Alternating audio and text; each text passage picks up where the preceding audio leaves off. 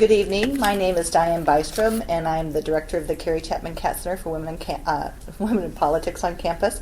And on behalf of the Women's Leadership Consortium, it's my pleasure to welcome you this evening to the opening event of this year's Advancing Women's Leadership Series. This series was initiated last academic year by the Women's Leadership Consortium, which brings together leaders of women's programs and women's service organizations from Iowa State University, which work in collaboration with student organizations, academic departments, administrative offices, and other organizations both on and off campus to bring leadership events pertaining to women to the Iowa State campus.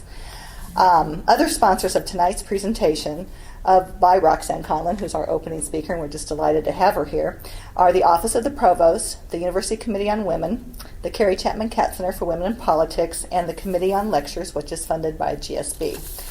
I wanted to also note some dates of our upcoming series, just so you might note them down for things that we'll be doing the rest of the year. We've already scheduled on Thursday, October 27th, we'll be bringing in CNN anchor Soledad O'Brien. She'll be speaking in the Great Hall of Memorial Union on leadership in times of crisis. Then on February 13th, which is a Monday, we have pollster Kellyanne Conway, who has just written a book with Celinda Lake. Kellyanne is a Republican pollster, Celinda is a Democratic pollster, but they've come together to write this book with the pretty intriguing title, What Women Really Want: How American Women Are Quietly Erasing Political, Racial, Class, and Religious Lines to Change the Way We Live. And so that's on February 13th. We'll have couple other speakers in there, but this whole series will culminate on Friday, October 28th, with our second annual Women's Leadership Summit, again, which will be in Memorial Union, approximately from 11 till 5, and we'll be bringing in a lot of exciting speakers for that, and I think everyone who attended last year really got a lot out of it. So we had more than 200 people last year. So again, mark those dates on your calendar. Now it is with pleasure to get this evening's event going, and introducing our guest speaker is Elizabeth Rock. Elizabeth is the co-chair of the Committee on Lectures and the chair of the World Affairs Committee. So, Elizabeth?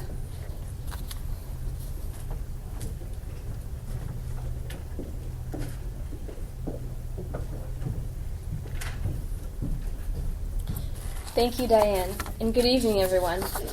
Before we get started, I just want to mention a few upcoming events that we have. In this room on Monday, we have another attorney speaking on DNA and the wrongly convicted. Barry Scheck will be presenting that, and it's at 8 o'clock here in the sunroom on Monday. And then on Wednesday, we have a panel of African Indigenous women speaking on global justice and human rights. That's Wednesday here in the sunroom as well. And our speaker this evening is Roxanne Conlon. And since graduating from Drake University College of Law at age 21, Roxanne has worked as Deputy Industrial Commissioner and Assistant Attorney General for the Iowa Civil Rights Commission. She was appointed U.S. Attorney for the Southern District of Iowa, and she was the second woman in the nation to be appointed to this post. In 1982, Conlon became the first woman candidate for Iowa governor on a major party ticket, and in 1983 she entered into private practice of law and now heads her own firm. In 1988, she became the first woman officer of the Association of Trial Lawyers of America, becoming its first female president in 1992. Also in 1992, Roxanne Conlon co-founded and was the first chair of the Iowa Women's Political Caucus, the largest caucus in the nation for many years. Conlon was inducted into the Iowa Women's Hall of Fame in 1981. And in the words of Louise Naun, Roxanne Conlon is the name that immediately comes to the fore when you mention feminism in Iowa. So please help me give a warm welcome to our speaker tonight, Roxanne Conlon.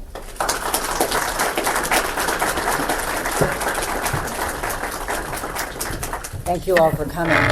I gave a lot of thought to what I might talk with you all about. I have a great speech on women in the law, but I've given that many times, and some of you may even have heard it, and I have other speeches that I give, and after thinking about it and what is somewhat unique about my experience, I thought I should talk to you about my clients, who are themselves very often leaders, and leaders that inspire me and I think will also inspire you.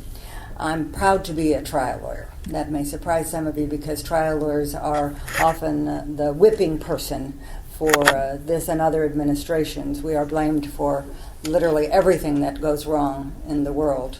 But as I said, I'm proud to be a trial lawyer. I'm proud to be the spokesperson for people who often do not have their own voice. And it wasn't easy for me to become a trial lawyer. I went to law school in 1963 at a time when the percentage of women practicing law was 1%. And I was one of only 3 women in my law school class. And the other 2 women were returning students. And our classmates assumed that they were in law school so that they would have something interesting to talk with their husbands about. I had no husband, and therefore no excuse whatsoever for being there. And in Des Moines, Iowa, in 1963, no one in polite society said the word sex aloud. People who were a bit risque would sometimes spell it sex, but no one actually said it. And so early on, I learned that in every single case in which sex was involved, and really you'd be very surprised about the number of cases in law school that have sex in them, I knew I was going to be called on. I knew without question that I needed to study up on that because I was going to be forced to stand up in class and recite all kinds of things about sex. So I was careful to prepare carefully every case that had that. At the end of my second year of law school, I did an uncommonly audacious thing. I became pregnant. Now, I want to assure you that I had been married the requisite number of months. But nobody had ever done such a thing before. And in the beginning of my senior year, and I should also say this to you, when I get pregnant, I do not mess around. I gained 54 pounds. And we had these old-fashioned desks that came around your front. Not my front. And I made the professors so nervous that I was not called on at all in the first semester of my senior year. No one, don't call on her for God's sake, it might upset her, and who knows what could happen.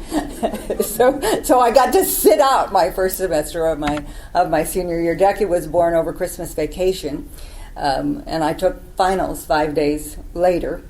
And I did survive the embarrassment, and in the process, I learned something that they did not mean to teach me. I learned the status of women under the law. And when I graduated, I set out to change that. Along the way, certainly I've stumbled, I've won my share of cases, but I've also lost cases. And I was even myself the victim of sexual harassment before it had a name. But I found my place. Because I am a woman lawyer, I am very often a woman's lawyer. I represent both men and women in a wide variety of cases. But the majority of my clients are women, and I remember all of my clients. I want to share a few of their stories with you because they have shaped my life, and very often they have also shaped the law. Let me tell you first about my friend, Polly Lipsman. When the phone rings at 2 a.m, you know it's not good news. The Des Moines police were calling to tell me that my friend Polly Lipsman was raped. Her assailant had come through a horizontal sliding glass window in her first-floor apartment and raped her in her own bed in her own apartment. She escaped from him by persuading him to disrobe and then entangling him in the blankets and running from her apartment to a neighbor's. Like every rape victim I have ever known, she thought that she would die. She also thought, again, like every rape victim I have ever known, that somehow it was her fault, that something she did or failed to do was responsible for this horror that was perpetrated on her. The rape happened on September 1, 1984. Pauley was in the middle of a political campaign. She was the finance director for Tom Harkin's first run for the Senate. The rape happened on Friday. It was Labor Day weekend. Pauley was back at work on Tuesday. She was, and she remains, a very strong woman. She had been in Davenport, Iowa, an on-air TV reporter. She worked the police beat. She was a highly successful radio executive, and now she was an integral part of a very important and ultimately successful political effort. She was incapable of anything but her very best continued effort, so she gave it, and she gave it, and she gave it, and the day after the campaign, all of her armor dropped away, and she entered a long and very debilitating depression. But even during that time, and despite the fact that her assailant has never been caught, she became determined to try to make her apartment building and others safe for women who lived alone. The window through which her assailant entered was clearly defective. She had complained in writing to the landlord 3 times and many other times by telephone, and no repair was ever effected.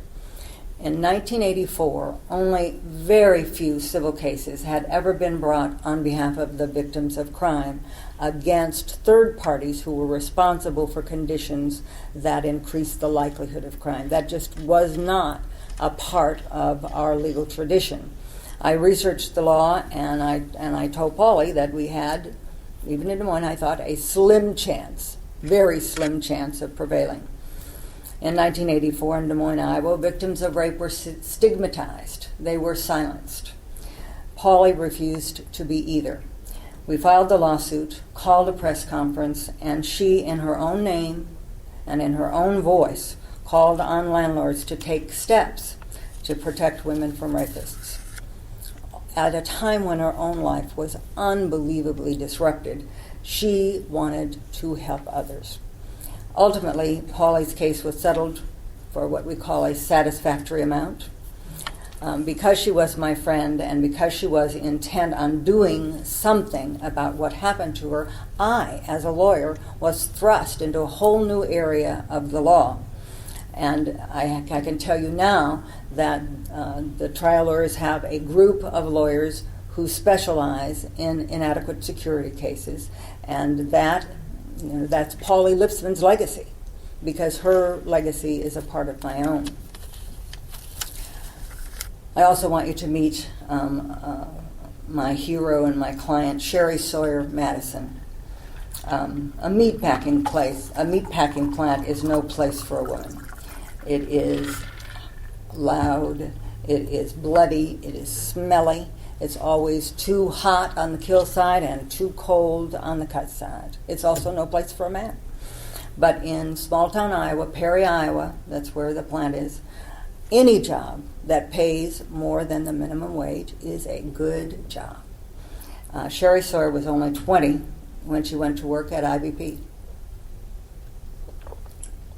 The man Sherry lived with was a long-term IBP employee. When she first went to work there, people were unaware of her connection to him. When they learned, the racial harassment began. James Madison is African American. Sexual harassment was also a constant. The few women who worked at IBP in Perry, Iowa, were subject to a constant barrage of language of the grossest kind. I'm not going to tell you. Physical assault. I'm not kidding you. Physical assault. Women were groped and pushed, and men grabbed them from behind, touching their breasts and pulling them into them. And this all happened in front of the managers. Sherry complained all the time, not just about what was happening to her, but what was happening to other women. And keep in mind, many of the women who work there are undocumented and cannot risk speaking for themselves. So Sherry became their spokesperson, but nothing changed, nothing happened. No matter what she did, she could not affect a change. What she would report to managers who thought what was happening was funny. They would laugh and point at her. These are managers. Sherry was also ambitious. She applied for promotions and was turned down 23 times. It's speaking of determination, in favor of objectively less qualified men, 23 times. She applied more than 23 times, but on a few of those occasions, the men they selected were objectively as qualified as Sherry or more qualified than Sherry based on educational background, years in the plant, what kind of jobs they did, and their disciplinary record. Many times, Sherry was not selected, and the man selected was one of those who had been charged with sexual harassment. But Sherry did get one promotion to a trainer position, which was a really good position for Sherry. But she was the very first woman, and the only woman at that time, ever to hold such a position. And the moment she took it, the harassment increased. They just would not let her do her job. It got so bad that she downbid. She went back to a regular floor position. She changed shifts. She changed positions. And at that time, in 1994, Sherry Ann James had 2 children. A co-worker who was the brother of the supervisor engaged in a campaign of racial harassment that it is hard to believe could happen in Iowa at the end of the 20th century. He called her children zebras and monkeys. And suggested that she should be embarrassed to take them to the grocery store. I don't see any children. And this is not being recorded. I don't want to offend anybody, but for you to understand what she endured, you really need to hear what she heard. Are you ready? Because this is bad. He would say to her, not just once or twice, but every single day, he would say things to her like, I can't understand how you can take those fucking little nigger babies to the grocery store. Now, can you imagine? This is Iowa that this is happening to her in. She reported again. She reported his conduct repeatedly. Finally, after she was again not promoted in favor of, this time, a probationary employee, a guy who had not even been there 90 days, she filed her complaint with the Iowa Civil Rights Commission and the EEOC. She represented herself. And let me tell you that filing the complaint had no effect on changing the conduct of these people at all. It was as though, dropping it down a sewer. Nothing happened. It got worse, retaliation happened, but nothing good happened. In 1995, the Iowa Civil Rights Commission held a mediation. All Sherry wanted was for the conduct to stop and to be given back her training position, or trainer position. The company said no. She arrived in my office in March of 1996. I was simply amazed. She was 29 years old. All alone, she had taken on the world's largest meat packer and was unwilling to let go. I mean, there was simply nothing they could do to make her let go. It took another 3 years to get the case to court. And all during that time, I'm telling you, all during that time, the harassment, racial and sexual, continued. And we're not guessing about this.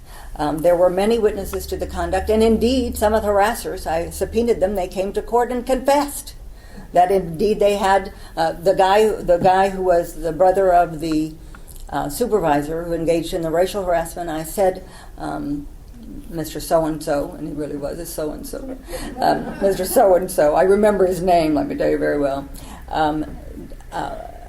Did you use the word nigger in the plant yesterday?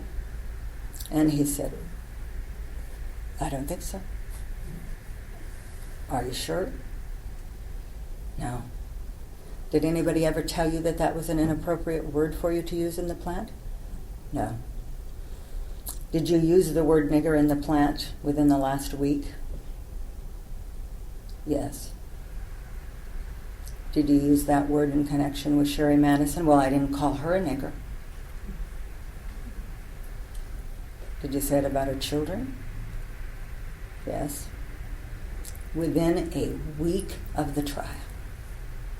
One high-level manager, this guy's brother, came to court and testified. I mean, February 1999, he's there in court. He says to the jury, of course I'm helping him, He says to the jury that he believes that there are jobs in the packing plant that no woman can do. Women simply cannot do these jobs. He had a list of them. Something about neck bones and a couple of others. I can't remember them precisely, but this, despite the fact that Sherry had done those jobs, he had seen her do those jobs. I mean, he couldn't believe the sight of his own eyes. He told the jury women could not do these jobs. During the trial, IBP tried to attack her claim for emotional distress damages by suggesting that if she was in fact distressed, it was because she and James were having marital problems. And I'm going to read to you from the transcript because I can't say it any better than the transcript. Keep in mind what they're trying to do here is to keep the jury from awarding her money damages for the emotional distress that you would think would happen to someone in the conditions that I've described. They don't want to pay any money.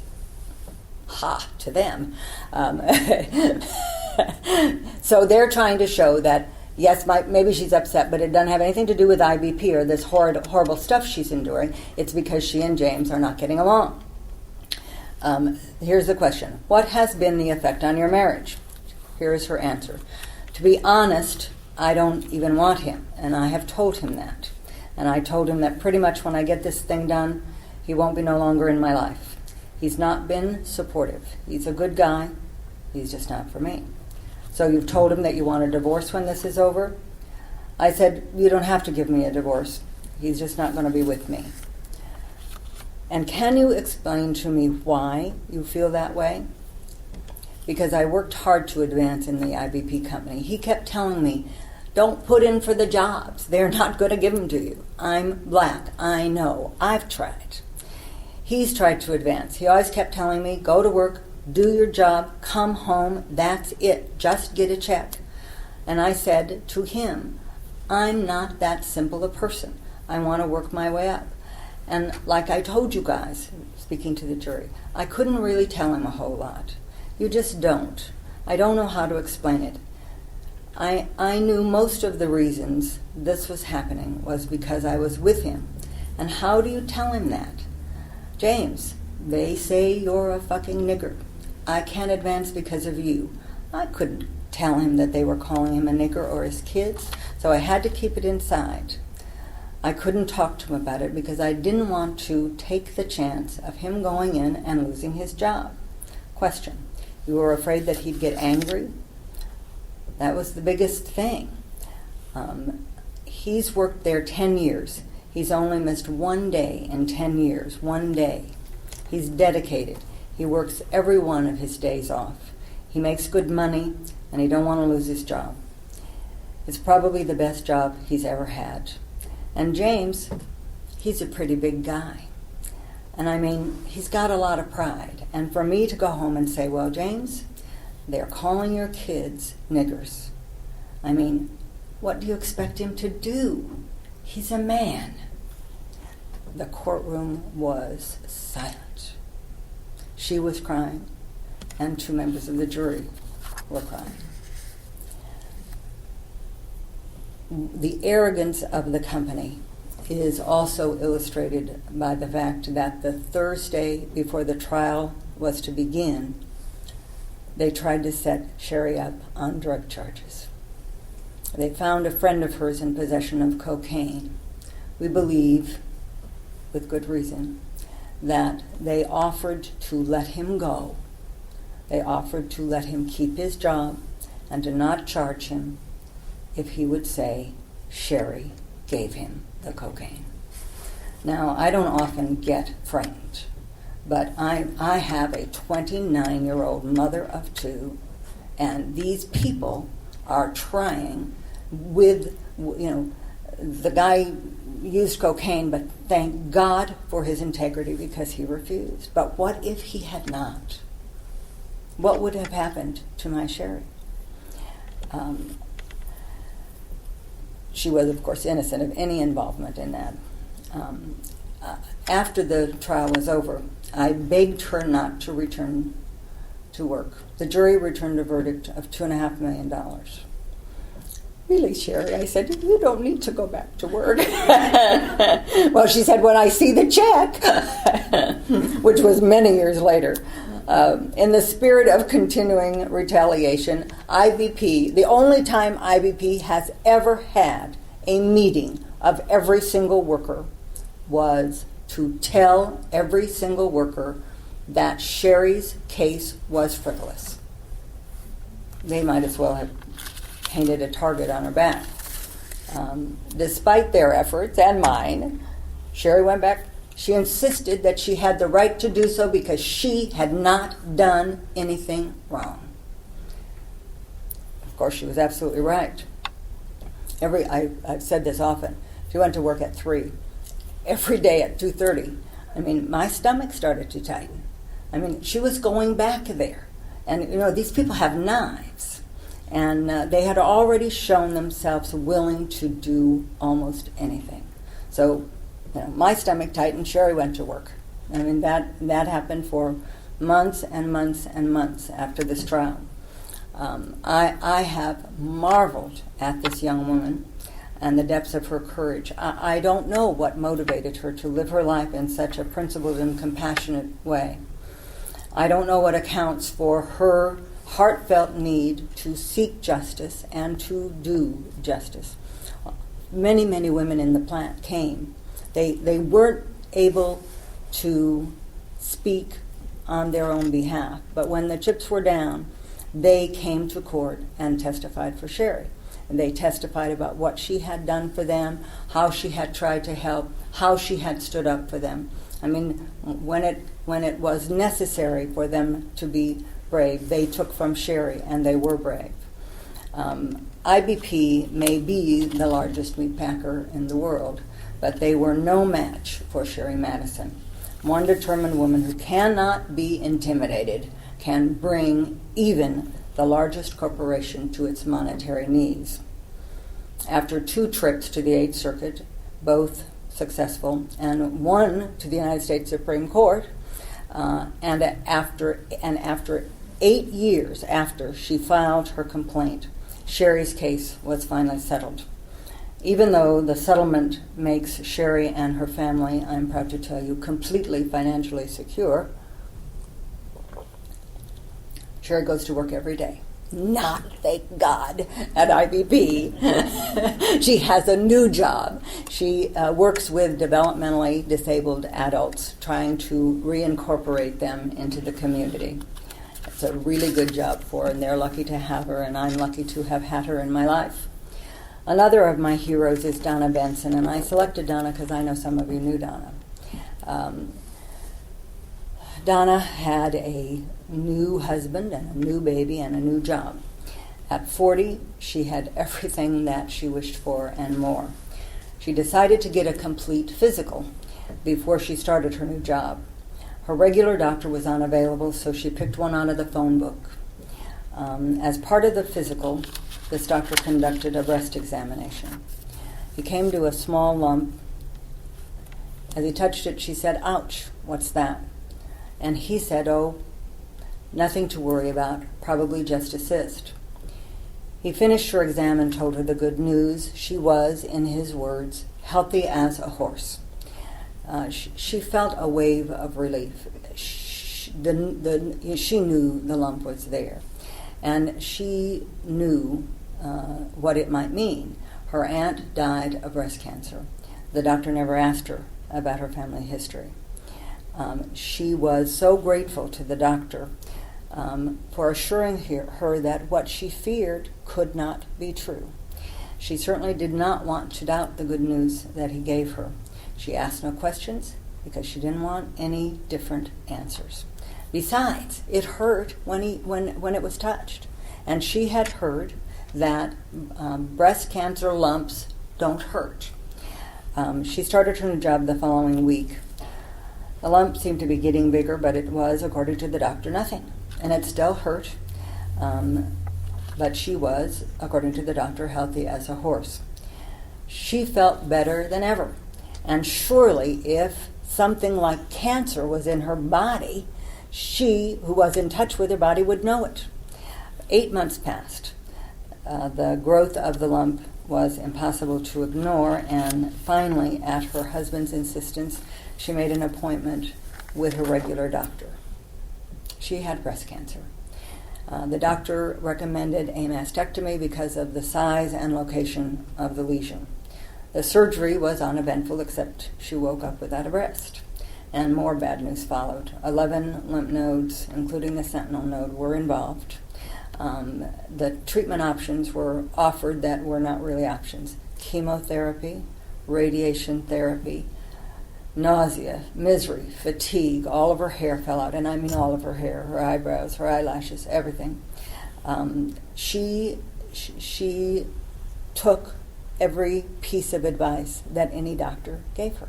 She did everything they told her to do, no matter what the emotional and physical toll. She wanted to live on whatever terms she could get. At the end of 6 months, she was pronounced cured.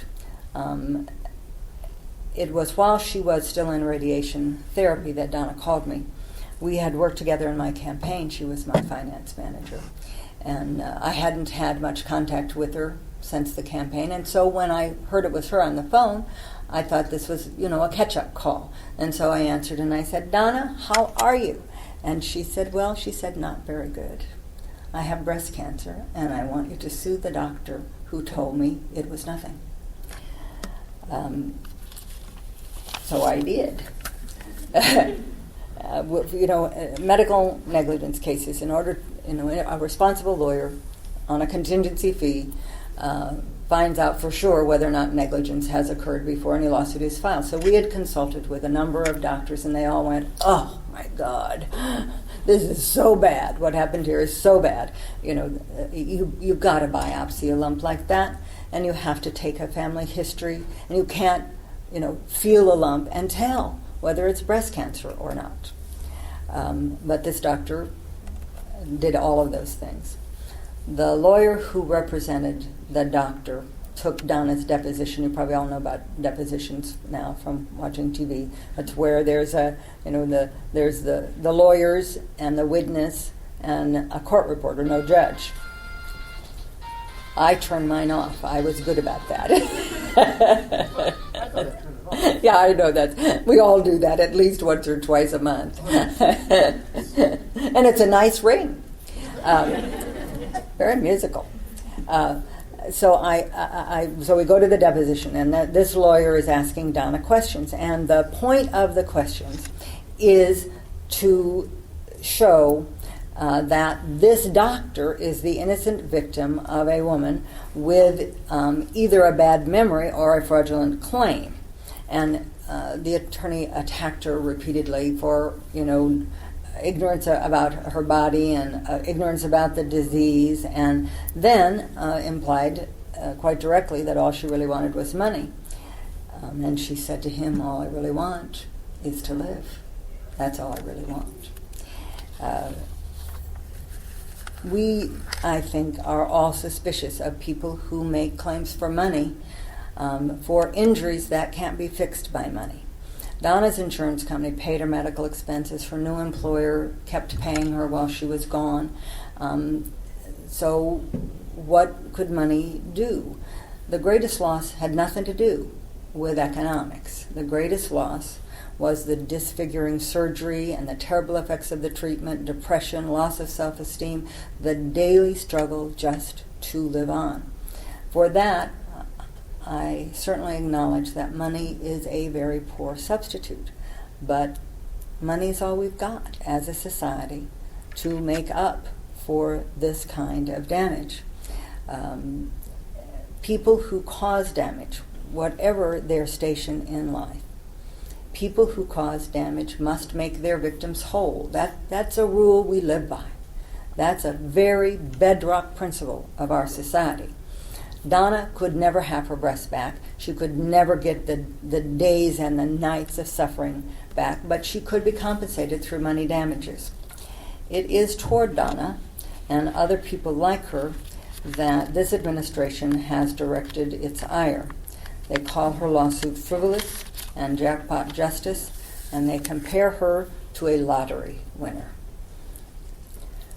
They ask for caps on non-economic damages for medical negligence. Those kinds of caps will fall most heavily, just think about this, they will fall most heavily on the most grievously injured, but on women and children, and on old people who are not making money. Some of you are probably retired. That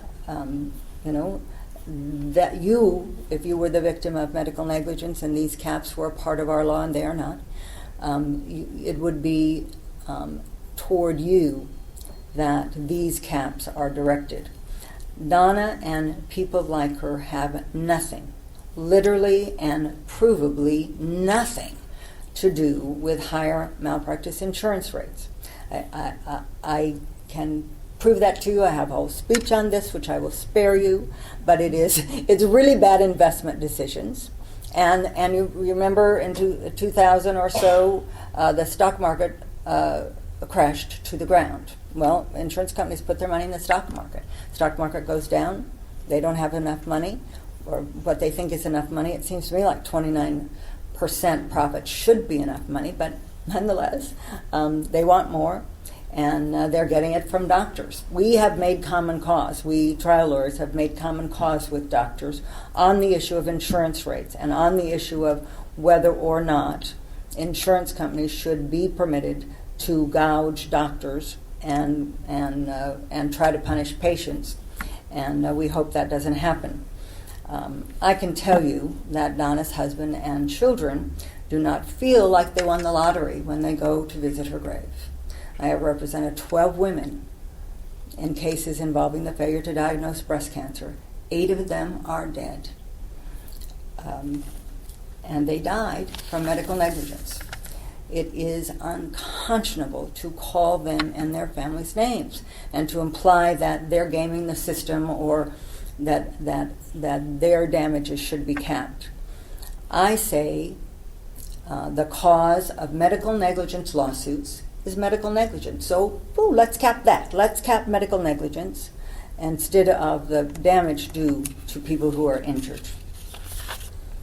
Let me share a few more stories of the courage of my clients.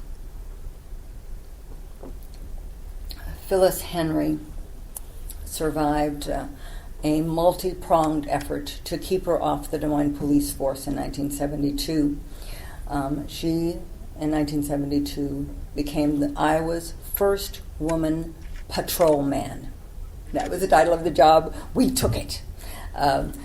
When the city attorney required Des Moines police chief to let her on the force, because at the time there were height and weight requirements. You had to be at least 5'10" and weigh 150 pounds. And Phyllis got to 150 pounds by drinking 2 malts a day. And I have to tell you, nobody felt sorry for her.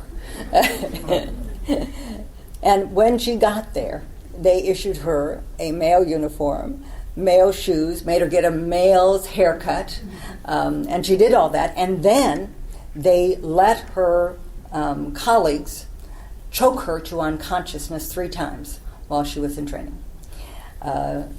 Every day she faced sexual innuendos and sexual comments, and things were written on her police car. And she prevailed. She served 9 years as a Des Moines police officer. She quit her job to become the volunteer coordinator of my campaign for governor of the state of Iowa. And when that did not work out, she went back to college and got a PhD in criminology. And during the Clinton administration, she became the first woman United States Marshal right here in Iowa. She has been much honored locally and nationally and remains devoted to the fair and full enforcement of the law. She's not only my hero, but a hero to any number of people whose lives she has touched and whose lives she has saved. There are so many others. Let me talk to you for a moment about Melissa Ewart. She married Michael shortly after she graduated from high school and after the birth of their little girl. Michael hit her and threw things at her and at the baby. Her attempts to get protection from local law enforcement failed. She left him after less than a year, but he continued to stalk her. He continued to threaten her. She called the sheriff's office so many times that they recognized her voice. Michael stabbed her 32 times across the street from the Keokuk Police Department in the presence of their 2-year-old child. I brought a suit on behalf of her child against the law enforcement officers who had failed to protect her from this man who had refused to do their duty under Iowa's mandatory arrest law, and also under the equal protection theory. The case settled for a confidential amount. I remember a woman named Connie Osbar. Connie was delighted to be pregnant. She had already one child. She was concerned because she was so much larger with this pregnancy than she had been with her first child. She told the doctor that she and her husband had felt 3 feet, and the doctor just poo-pooed her remarks. He ignored her, and he also ignored the nurse who called him when she arrived at the hospital at 7 months in labor, and the nurse called and said, "I hear 2 heartbeats." No arrangements were made for more than one baby. There were only 2 people in the delivery room, the doctor and the nurse. There were 3 babies. The 3rd baby died in less than 24 hours. The case was brought back in the mid-'80s. And this is the case where I realized that the customary way of presenting economic damages to a jury was unfair to women. Here's how you do it. You figure out how much a person would earn during their lifetime. You reduce that to present value. You separate out what they might spend in their lifetime, and then that's the number you say is the economic damages for the jury. Well, at that time, and unfortunately still today, women make far less than men. But we are trying, and we've made remarkable improvement. My friend John Edwards kept talking about women make only, I think it's 78 cents now, for in the same positions as men. And one time when I was out with him on the campaign trail, I said, "John, when I started making that very same speech, it was 56 cents. So it looks like progress to me." and it is progress. But now when I present economic damages on behalf of a child, of either a child of a racial minority or a child or a female child, I present the economic damages as though the child were a white man, on the theory that by the time the child grew up and was in the labor force, we will have reached equality. And I still hope that is true. I also remember a beautiful woman named Judy, whose only remaining physical function was the ability to blink her eyes. She couldn't hear, she couldn't speak, she couldn't move, but she could blink her eyes. Nonetheless, she was cheerful and intent on making a difference in the world.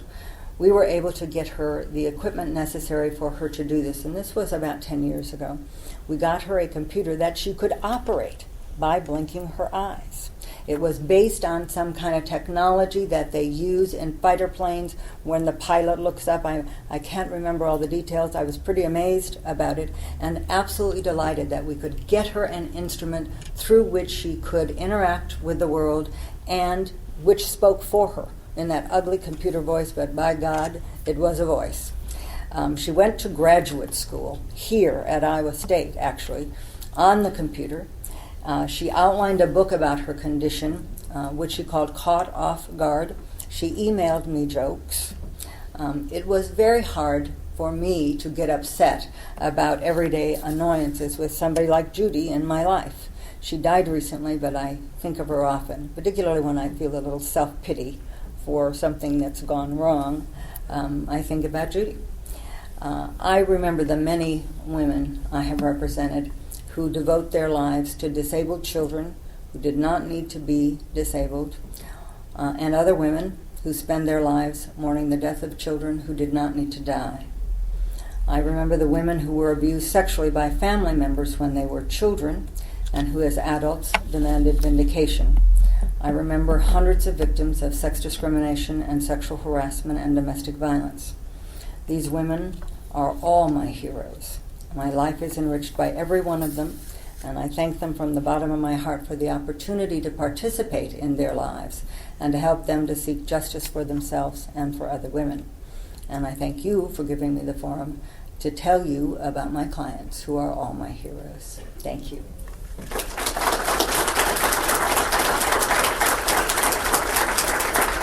Thank you very much. I would be happy to take questions. Can I do that, Pat? Oh, all right. Oh, Pat's going to do an Oprah Winfrey. If you have any questions. Yes. That's okay. Yeah, he'll do fine. When you deal with all these government agencies they're just kind of window dressing, lip service, and they don't do anything. Is there any alternative besides trying to find attorneys? I've had some issues that basically most attorneys I met want that simple, clean, grab a third of the money case and don't even go to trial, and they don't want to scrap for it. And I just find it's kind of a study in futility to make an effort to change things. Do you have any suggestions on that? Well, I don't want you to give up.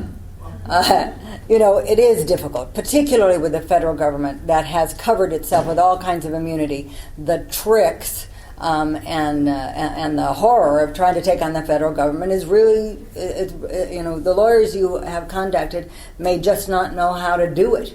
It's not something that I do as a general rule because of all the ins and outs. You need a lawyer with a specialization in that particular thing. And I don't want you to give up. I don't want any of you to give up because change happens. And it happens because people like you keep trying and trying to make things better, not giving up, writing the letters, making the calls, call Tom Harkin, call Senator Grassley, call everybody.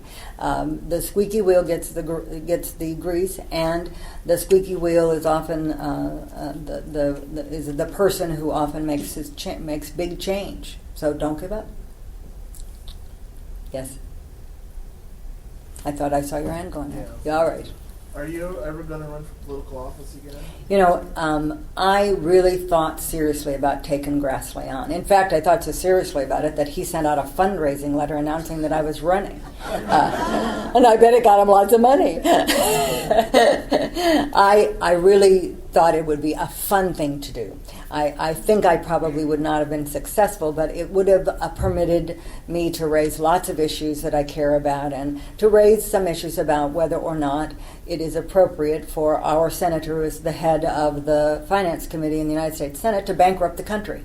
I thought that would be something we should talk about.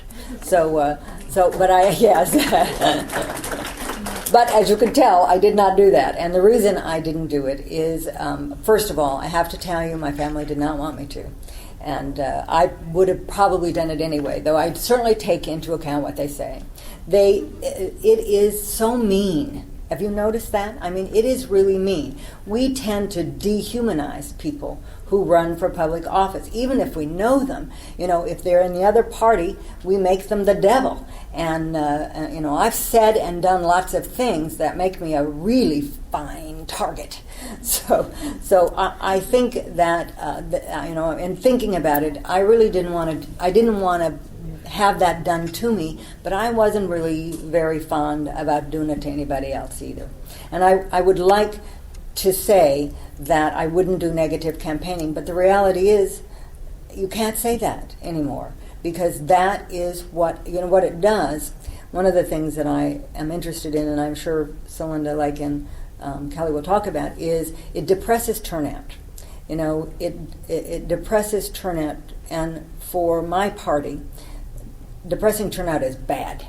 I didn't run because I was called to try a case in Minnesota, the Minnesota Microsoft antitrust case, on behalf of Minnesota consumers, and I did that and got them $175 million. So and I should have probably given it to Grassley, so to pay off the debt.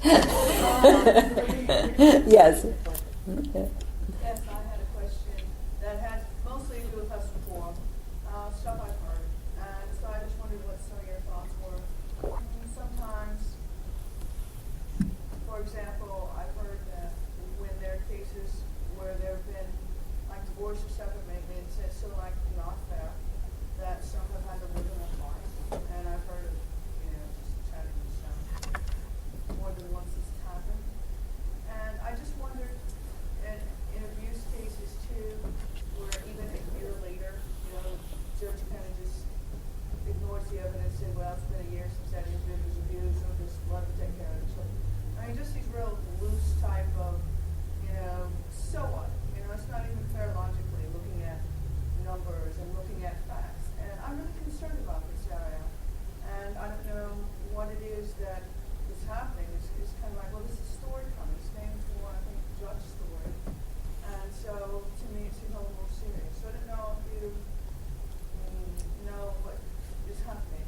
Well, I do, and it's and your observation is unfortunately more right than wrong.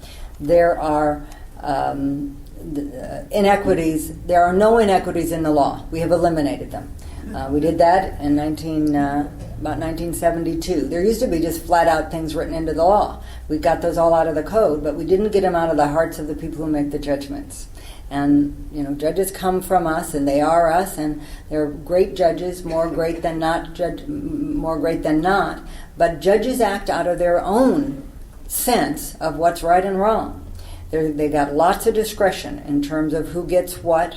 I don't do domestic relations law, but I'm close to it. A woman in my office does lots of it and struggles all of the time with the inequities that are not a part of the law, but that are a part of the system.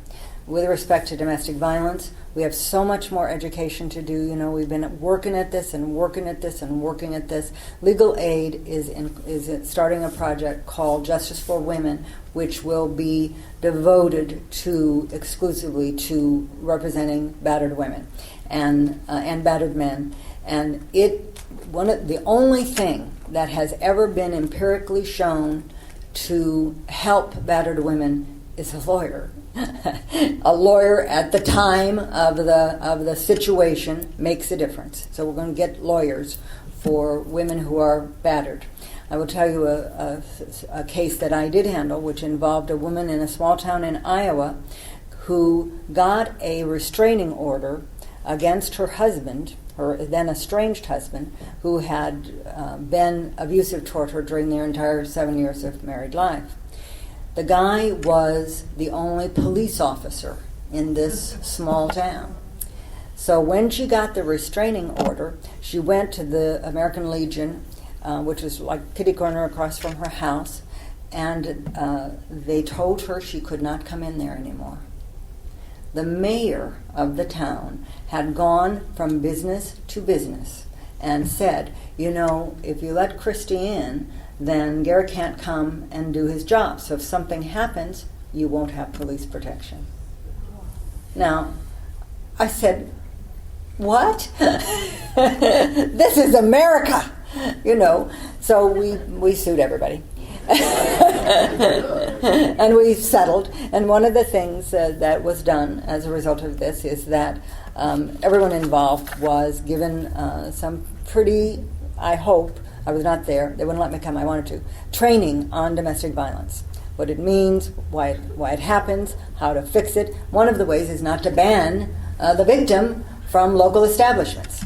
So so your perception is unfortunately correct. But there are, as we progress as a society, it's 2 steps forward and 1 step back, or maybe more than 1 step back. We're here recently, but we have to keep trying and struggling. And one of the things we also have to do is exposing inequities, talking about it, getting the press to cover it. All of those things are the ways we change the world. Anybody else? Roxanne, could you jump to the subject of the second appointment in the Supreme Court? Do you have any opinion? I do. Okay. Don't let him do it. That would be my opinion. I am and have spent my life being committed to reproductive freedom for women. I think that this second appointment certainly endangers reproductive freedom. There isn't any question about it. I don't, here we are in my party. We can't stop it. The reality is we cannot stop this. Whoever he chooses, unless the person is corrupt, and that's certainly possible. We're not going to be able to stop the appointment. That's my feeling about it. I wish it were not so, but I believe that it is so. So, we have to change things the next time around, and of course we can't change the members of the Supreme Court. And I am so grateful for John Stevens for staying alive. Yes, yes. We all, Pat Robertson is praying for him to die. Those of you who pray, you better pray for John Stevens. Yes. Would it help if we start a petition that somebody that is going to be nominated service. You know, do all very well, and could nominate you. Who else? You know, if George Bush nominated me, you know, we can all die because hell will have frozen over. But if he nominated me, I would accept the position, I promise you. I would accept the position. But it's going to be bad. The only question is how bad. You know, when Sandra Day O'Connor was appointed, you know, none of us were very pleased. Certainly she was not, no one could tell that she was any kind of a committed feminist, and she had certainly not been of much service to the feminist community. But it turns out, you know, she has been in every good decision the Supreme Court has made. She has been the fifth vote in every single one, and she's gone. So it's not only in reproductive freedom. You know, think about the rights of those accused of crime. Think about environmental protection. Think about every single thing we care about. It ultimately ends up in the United States Supreme Court, where we were winning on 5-4 votes, at least occasionally. We will now lose on 5-4 votes. It is what it is. And I can't outlive Roberts. And he'll probably choose someone who's 25 for this next position. So, any other questions? Yes. You said that you ran for political office. You'd like to bring up some issues that are important to you. What are some other issues that are foremost in your mind? Well, reproductive freedom, of course, and as a parent and a grandparent, you know, I don't actually do numbers. I don't care much about numbers. I don't care much about money. But this is so out of control, this national debt, that it even begins to feel terrible to me, who, you know, I run huge credit card debt all the time. But this is ridiculous. So I would have addressed that issue. I would have, now this will sound as though I made this up, but do you know that Bush has put into significant positions unqualified political cronies? The guy who heads the National Institute of Health is a person who believes and has said that women's place is in the home. He not only does he not favor abortion, he does not favor birth control.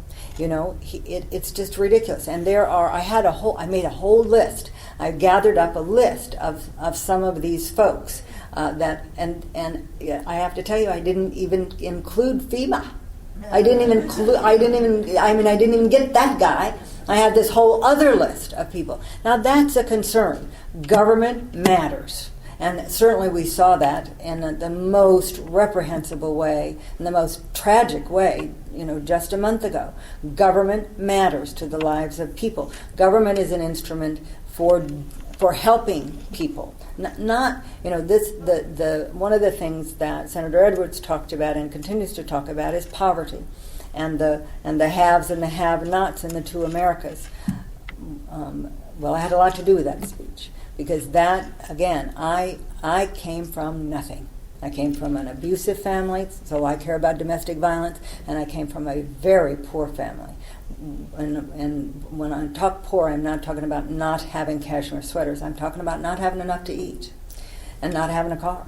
And so it's not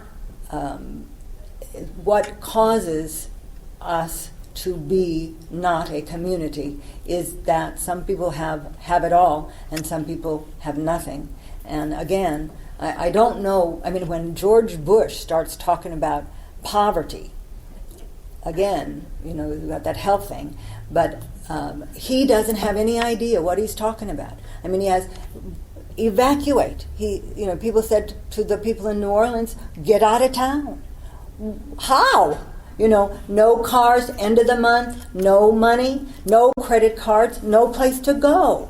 But never occurred to those people who have never been there, who have never not had a car or a credit card or money or someplace to go. So I think, again, as a society and as members of a community, we've got to talk about that, and we've got to care about it, because most of the people who lost their lives and their homes in New Orleans probably weren't voting. It's enough, they got to get through the day. I'm hoping that a lot more people register for vote here in Iowa, and we're going to make some significant efforts in the lower income communities that may make a difference. We think they're going to vote Democratic. Well, except George Bush now cares about poor people, so maybe not. Any other questions? Those are, I think I would, I wasn't to the point where I had developed any sort of campaign themes, but I have personal themes that would have been my campaign themes. I also think one of the things when I ran for governor in 1982, it was not something that had ever been done before, and I was trying to make my own way. I was also 37 years old, and really, I thought I knew everything, but I look back and I think, well, really not so much. And I think that one of the mistakes that I made was not, I was everybody knew that I was a feminist, and many people thought that I hated men, and I really don't. Well, some, but not all. And I live with one, and I made a couple. So, but I think I was not as outspoken as I would be now. And I also think I hid my husband, and there's a very good reason for that. Margot knows him a little bit, and my husband is so funny. But he is funny in a sarcastic way. It's a very dry sense of humor.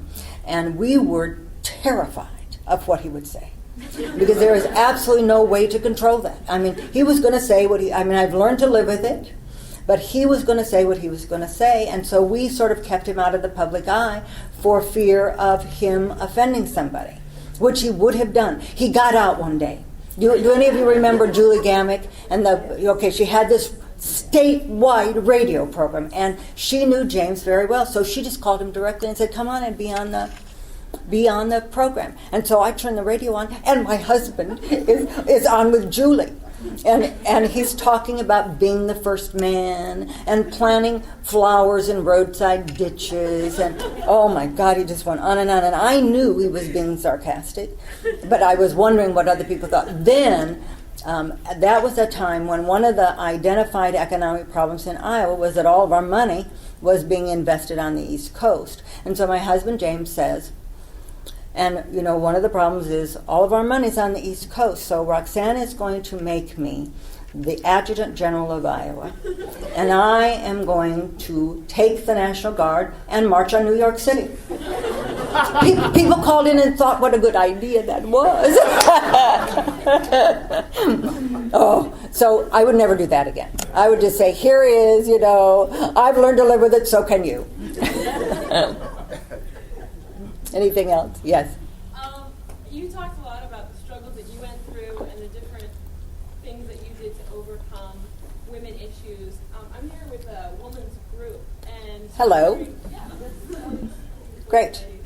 So I was wondering what you think are going to be our struggles and what we are going to be fighting against and for in the future. Just pull out your crystal ball. Well, unfortunately, you may be fighting for reproductive freedom. That's the reality. If the Supreme Court overturns Roe versus Wade, then it comes back to the states. So we may be on the steps of the Iowa Capitol not very long from now trying to get back the rights that we've had since 1973. So that, many things have changed. I have, of course, a very long view, and I can tell you we have come a very long distance on the road to equality. Now most professions have at least 20% women. I don't know what the profession was of doctors, but very few women doctors, very few women vets, very few women engineers, very few women in any jobs that paid a lot of money. And so we've turned some corners, but we have not reached critical mass in many places. And the women in those positions often face difficult personal battles with discrimination. So I think that your problems may have to do with this giant debt, and certainly with the rise of fundamentalism and the view of women that's trying to take us back not just before 1950, but before 1850. So hang on. Yes, Elizabeth. I just want to say thank you, first of all, for coming and speaking tonight. And if anyone has any more questions, we have some cookies and punch over the side of the room. So we can spend a little social time with Roxanne. So thank you, Roxanne. Thank you, Elizabeth. Thank you all. Thank you all. Thank you all.